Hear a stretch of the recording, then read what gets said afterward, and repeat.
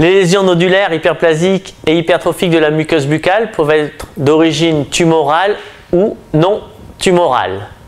Parmi les lésions nodulaires hyperplasiques et hypertrophiques de la muqueuse buccale d'origine tumorale, on distinguera les tumeurs bénignes et les tumeurs malignes, sachant que les tumeurs bénignes et malignes peuvent être d'origine muqueuse ou osseuse. Certains éléments physiologiques osseux entraîneront une tuméfaction muqueuse. Il s'agit ici de tories maxillaires. La forme la plus fréquente est le torie maxillaire médian au niveau de la voûte palatine. Plus exceptionnellement, on pourra observer des tories au niveau des procès alvéolaires. Cette hypertrophie osseuse peut s'observer dans d'autres contextes que les tories. Ici, il s'agit d'une hypertrophie osseuse mandibulaire unilatérale qui nécessite une exérèse car la langue ne trouve plus correctement sa place entre les arcades dentaires. Certaines tumeurs bénignes d'origine dentaire ou non d'origine dentaire peuvent être à l'origine de tuméfaction endobuccale et ou exobuccale. Ici, il s'agit d'une lésion ostéolytique de l'angle mandibulaire qui est une lésion qui a un potentiel d'extension locorégionale important. Il s'agit d'un lamelloblastome. Le plus fréquemment, on observera des lésions kystiques qui vont repousser le tissu osseux et la muqueuse de recouvrement. Dans ce cas, il s'agit d'un kyste folliculaire en rapport avec une dent de sagesse incluse située en position sous-orbitaire. Le traitement repose sur le traitement du kyste qui a été ici réalisé par marsupialisation. Des lésions ostéocondensantes peuvent être aussi à l'origine de tuméfaction au niveau de la muqueuse. Ici, ces images ostéocondensantes sont multiples. Il s'agit d'ostéomes multiples qui ont permis le diagnostic de syndrome de Gardner. Le syndrome de Gardner ou polypose adénomateuse familiale se complique de cancer colique. La découverte des ostéomes a indiqué une coloscopie qui a mis en évidence des polypes à dysplasie modérée qui ont permis de prévenir la survenue d'un cancer chez cette patiente pour lequel aucun diagnostic n'avait été posé, bien que sa mère soit décédée d'un cancer digestif à l'âge de 30 ans, probablement en rapport avec le syndrome. Des tumeurs malignes d'origine osseuse peuvent être à l'origine d'une tuméfaction muqueuse. On peut voir ici sur l'examen tomodensitométrique sur la photo du milieu une destruction osseuse importante qui s'accompagne d'une inflammation des tissus de recouvrement. La photo de droite correspond à la reconstruction après maxillectomie par lambeau de Peyronet. Un certain nombre de tumeurs bénignes muqueuses peuvent aussi être responsables d'une hypertrophie muqueuse. Il s'agit ici d'un granulome à cellules géantes que l'on appelait autrefois myéloplax. Ce granulome à cellules géantes peut s'observer sous une forme endo-osseuse ou extériorisée périphérique. L'examen anatomopathologique permet le diagnostic. Il met en évidence des cellules géantes à l'intérieur du stroma. D'un point de vue clinique, la lésion se caractérise par une couleur violacée qui est tout à fait typique. En cas de découverte de granulome à cellules géantes, une recherche d'hyperparathyroïdie secondaire est nécessaire. Les fibromes, il s'agit de lésions relativement rares au niveau de la muqueuse buccale qui se caractérisent par un nodule avec une muqueuse de recouvrement normale. L'examen histopathologique permet le diagnostic. Des proliférations hyperplasiques de la muqueuse gingivale bilatérale idiopathique ne sont pas rares au niveau de la muqueuse palatine. L'examen anatomopathologique est strictement normal. Il met en évidence un tissu épithélial avec une maturation et une prolifération tout à fait physiologique des cellules. On retrouve un tissu collagénique avec une orientation strictement normale et quelques fibroblastes associés à une vascularisation tout à fait caractéristique. Il faut traiter ces lésions par exérèse chirurgicale car elles sont la source de rétention alimentaire qui vont gêner le patient. Le lipome, il s'agit d'une tumeur bénigne du tissu conjonctif tout à fait classique, fréquente, qui se manifeste par une masse colorée sous-épithéliale.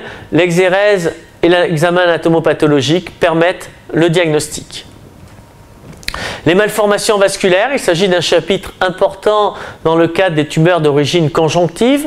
Il faudra différencier les hémangiomes qui sont des lésions qui apparaissent à la naissance et qui sont d'évolution spontanément résolutive en prenant des années qui disparaissent en général à l'adolescence. Et puis il existe des malformations vasculaires qui sont caractérisées par des malformations vasculaires à flux lent ou à flux rapide. La palpation permet le diagnostic différentiel. Le caractère artériel battant des malformations à flux rapide est typique. Les autres malformations sont d'origine veineuse ou lymphatique. On a sur la photo de gauche une malformation veineuse caractérisée par un lac veineux fréquent au niveau des lèvres et de la joue. Sur la photo du centre, il s'agit d'une malformation lymphatique, d'un lymphangiome, qui est une lésion souvent récurrente, qui apparaît au cours de processus inflammatoires, qui régresse pour récidiver. À droite, il s'agit d'une malformation artério-veineuse qui est caractérisée par un battement à la palpation. Les lésions vascularisées peuvent être malignes. À gauche, il s'agit d'un sarcome de Kaposi qui est favorisé par une infection à HHV8 que l'on retrouvera essentiellement chez les patients immunodéprimés. À droite, il s'agit d'un angiosarcome qui est une lésion peu spécifique cliniquement dont le diagnostic est essentiellement anatomopathologique. Des tumeurs d'origine nerveuse peuvent s'observer au niveau du chorion.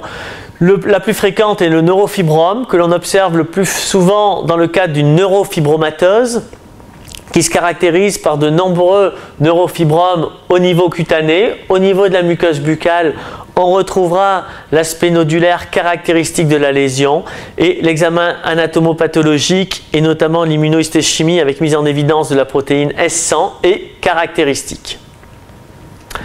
Parmi les autres tumeurs nerveuses qu'il faut citer, la tumeur d'Abrikosov ou tumeur à cellules granuleuses qui est spécifiquement observée au niveau de la langue.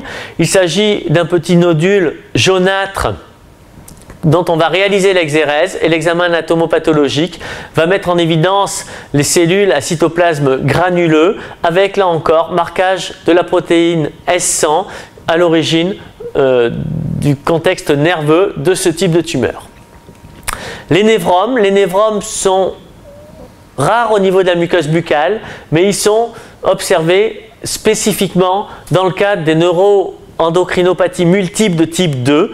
Il est extrêmement important de pouvoir poser le diagnostic de neuroendocrinopathie multiple de type 2 face à la présence de multiples nodules situés sur la langue, car dans la NEM de type 2, il existe très fréquemment un carcinome thyroïdien associé. Chez ce patient, c'est la découverte des névromes qui a permis le diagnostic du cancer thyroïdien. Les tumeurs des glandes salivaires ne sont pas rares au niveau de la muqueuse buccale et notamment des glandes salivaires accessoires. La plus fréquente est certainement l'adénome pléomorphe qui se localise principalement au niveau du palais et de la lèvre. Cet adénome pléomorphe, qu'on appelle aussi tumeur mixte, est caractérisé sur le plan histopathologique par un contingent épithélial et mésenchymateux. Il existe des pseudotumeurs d'origine salivaire que l'on appelle mucocèles. Ces pseudotumeurs d'origine salivaire peuvent être localisées au niveau de la glande sublinguale. Il s'agit de tuméfaction violacée latéralisée du plancher buccal que l'on appelle grenouillette. La localisation la plus fréquente est la lèvre. On réalise fréquemment l'exérèse de ces lésions et lorsque l'on retrouve un épithélium périphérique, on pourra réellement parler de kystes mucoïdes qui sont relativement rares. Dans la plupart des cas, il s'agit de mucocèles ou pseudokystes mucoïdes caractérisés simplement par une membrane fibreuse qui entoure le mucus qui constitue le kyste ou pseudokyste. Enfin, il ne faudra pas négliger dans ces tuméfactions d'origine tumorale les lésions malignes liées à une hémopathie, ici dans le cadre d'une myélodysplasie. Le caractère hypertrophique, hyperémié de la gencive est caractéristique d'une hémopathie. Un hémogramme doit être systématiquement réalisé en complément de la biopsie. Ici, il s'agit d'un syndrome hyperéosinophilique. L'infiltrat d'éosinophile entraîne une nécrose tissulaire sévère qui était ici à l'origine du décès du patient. Le kératoacanthome est une lésion rare au niveau de la muqueuse buccale. L'aspect histopathologique en tomate farcie est tout à fait typique. La localisation muqueuse la plus fréquente est la lèvre. Il s'agit d'une lésion d'évolution rapide en quelques jours ou quelques semaines qui prend un aspect kératinisé, nodulaire important. On note sur la photo en bas à gauche une petite plaque kératinisée qui correspond à un kératome purement muqueux, secondaire à un traitement laser itératif. Les kystes gingivaux, il s'agit aussi de lésions rares, caractérisées par une coloration bleutée violacée de la gencive, un petit peu flasque. L'exérèse met en évidence le kyste qui est confirmé par l'examen histopathologique.